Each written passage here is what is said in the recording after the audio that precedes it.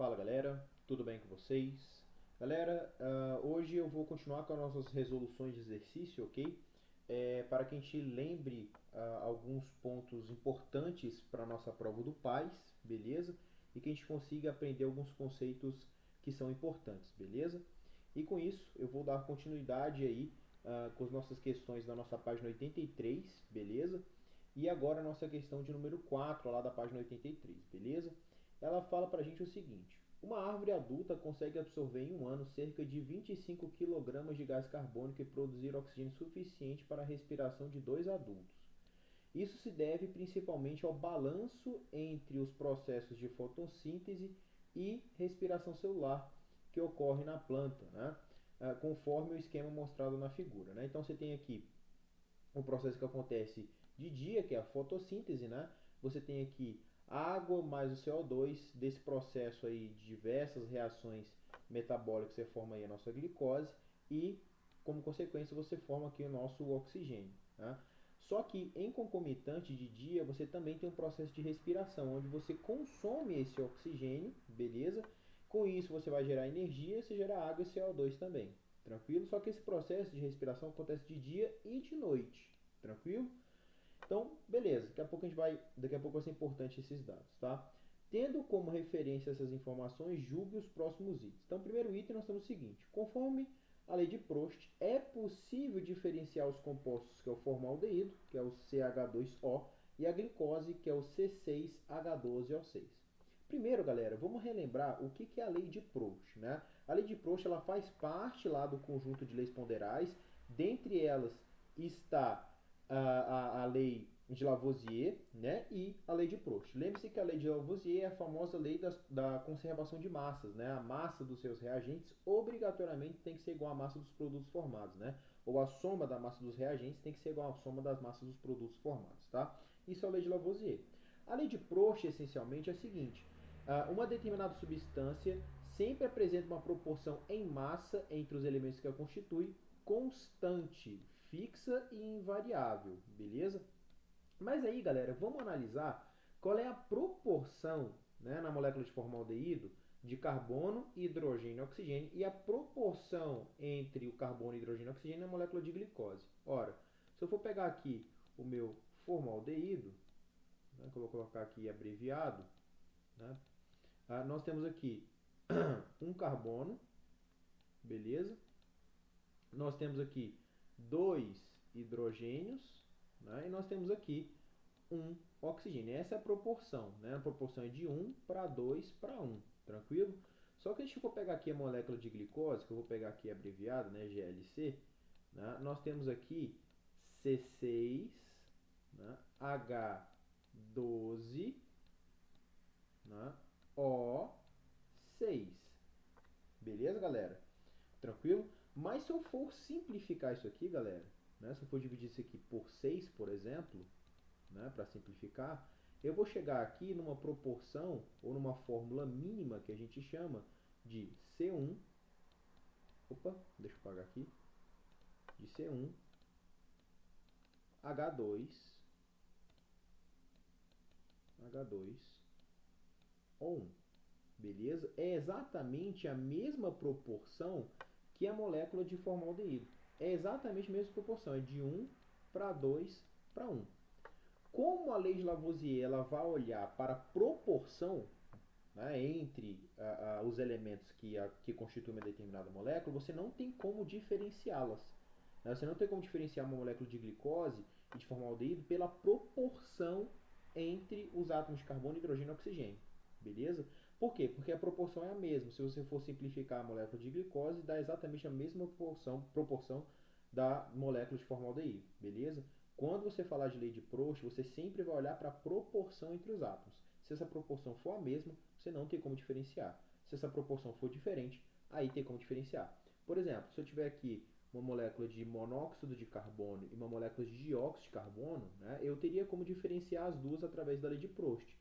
Porque você percebe que aqui a proporção é de 1 para 1 e aqui a proporção é de 1 para 2, percebe? Então, se as proporções são diferentes, significa que eu tenho como diferenciar pela lei de Proust. Tranquilo, galera? Beleza? Então, esse item aqui, ele está absolutamente errado, ok? Próximo item, nós temos o seguinte. Uma árvore, aliás, é a mesma questão, né? Eu já li de novo aqui, mas vamos lá, vamos direto para o item, né? O mesmo texto, tá? Em ambientes com forte intervenção do homem, como nas grandes cidades, né, o aumento do teor de CO2 na atmosfera compromete a eficiência do ciclo do carbono, né, e favorece o aumento da temperatura ambiente devido ao chamado efeito estufa. Né? Então, olha só, galera, só para dar uma revisãozinha, a gente viu aqui há alguns dias, né, mas só para relembrar, dos 4 gases aí principais que contribuem para o nosso efeito estufa, tá? Claro que grande parte desses gases aqui nós temos o dióxido de carbono, né? O nosso dióxido de carbono, ele é o que mais contribui para o efeito estufa, né? Tudo bem? O que é o efeito estufa? É o efeito que você mantém a temperatura da Terra, né? Você aumenta a temperatura da Terra porque você não deixa escapar para o espaço parte do calor, né? Então você tem aqui os seus raios solares, né? Os seus raios solares esquentam a Terra, né? E essa radiação infravermelha que a Terra joga de volta, o calor que a Terra joga de volta para o espaço, ela é retida por uma camada aqui, né? Dentre elas do dióxido de carbono, né? Dióxido de carbono, então, pega essa radiação e joga de volta para a Terra, mantendo aí sua temperatura, mantendo o calor no planeta, né? É um processo importante, né? Porém, por fatores antropogênicos, né? Ou seja, fatores do próprio ser humano, você acaba produzindo demais CO2 e você intensifica muito esse efeito, né? Que é o efeito estufa, né? O efeito de aquecimento do planeta, né? Dentre eles está outros gases, como o N2O, que é o nosso monóxido de nitrogênio, o nosso metano, beleza? Que é muito produzido pela fermentação em estômagos de ruminantes, e nossos CFCs, né, nossos clorofluorocarbonos. Né? Lembrando que esse cara aqui, além de contribuir para o efeito estufa, também destrói a camada de ozônio. Tranquilo, galera? Mas só para relembrar esses pontos aí principais, não se esqueça desses quatro principais gases que contribuem para o nosso efeito estufa, beleza? Então, vamos lá. Esse item aqui, ele está absolutamente certo, né? Claro, se você aumentar demais o teor de CO2 na atmosfera, você compromete o equilíbrio do seu ciclo de carbono, beleza? E é claro, você intensifica o seu efeito estufa, tendo em vista aí que ele é um dos que mais contribuem, né, para a intensificação desse efeito, beleza? Nosso próximo item, né, que é o item de número 3, que é mais um fator de análise, né, que nós podemos fazer, nós podemos responder esse item mais facilmente. Ele diz para você o seguinte: o balanço de produção de O2 em uma planta é positivo, né, porque a quantidade de mol de O2 produzidas por mol de CO2 consumida é menor. Aí, galera, já não faz sentido. Vou ler tudo para vocês, mas vamos lá. Na reação de química da fotossíntese, em comparação à quantidade de mol de O2 consumida por mol de CO2 produzido na reação química de respiração celular. Bem, galera, aqui a gente já pode colocar esse item como errado, porque se ele está falando que o balanço de O2 é positivo, né, significa que a quantidade que ele teria que produzir de O2 teria que ser maior e não menor. Né? A quantidade de oxigênio que ele teria que produzir seria maior para que você tenha um balanço positivo de O2. Nesse caso, você teria um balanço negativo de O2 se a quantidade que você produz dele é menor. Tranquilo? Então você tem essa incoerência aqui nesse item, já pode matar ele a partir desse ponto, beleza? E aí você tem um ponto aqui extremamente importante que eu quero colocar para vocês, né, que é o nosso item 4.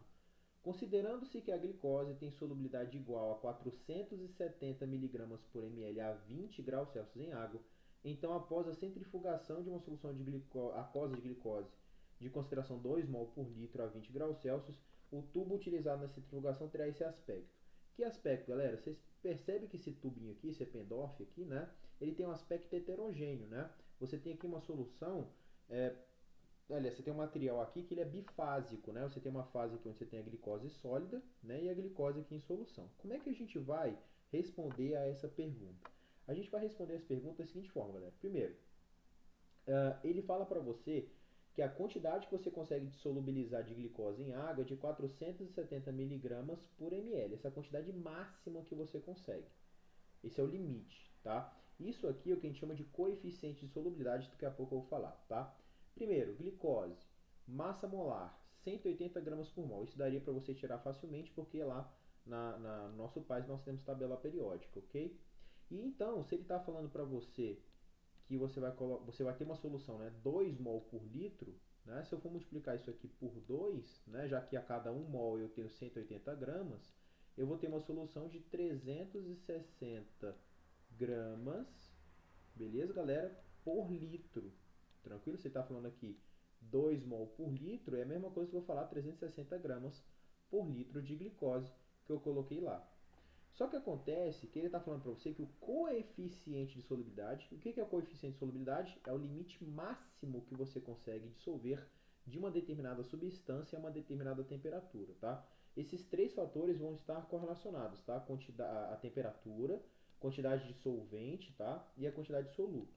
O coeficiente de solubilidade, ele mostra para você a quantidade máxima que você consegue dissolver daquele cara a uma determinada temperatura, uma quantidade de solvente, beleza? Ele está falando para você que você consegue dissolver 470 miligramas por ml, mas que é a mesma coisa que eu falar 470 gramas por litro, basta multiplicar em cima e embaixo por 1000, né? Passa miligrama para grama, multiplicar por 1000, ml para litro, multiplicando por 1000 também, e você passa aí para 470 gramas por litro. Isso significa que eu consigo dissolver no máximo 470 gramas por litro de glicose. Só que a solução que eu preparei, que eu vi aqui, ó, não tem 470, tem menos, tá vendo, galera? Então, tudo que tiver menos do que esse valor aqui, que é o limite máximo, vai estar dissolvido. Entende? Se tudo que eu colocar mais aqui, vamos supor que tivesse colocado 500 gramas por litro, aí sim teria uma quantidade não dissolvida que estaria no fundo, beleza? Que é o famoso corpo de fundo, beleza? Mas isso só acontece se eu estiver colocando uma quantidade a mais do que esse limite aqui, beleza? Tudo quantidade a menos vai ficar dissolvido. Então, se eu coloquei uma quantidade menor, tá tudo dissolvido, não vai para o fundo, tá? É semelhante quando a gente vai tomar algum suco, alguma coisa desse tipo, né? A gente coloca muito açúcar, né? E aí fica aquele açúcar lá no fundo que ele não conseguiu dissolver, tá? Isso é que você colocou açúcar demais. Nesse caso aqui, como é quantidade menor, não ficaria dessa forma. Isso significa que esse item está absolutamente errado. Tudo bem, galera? Então, era esses que eu queria colocar, esses pontos que eu queria destacar para vocês. E nós nos vemos então na nossa próxima aula. Muito obrigado.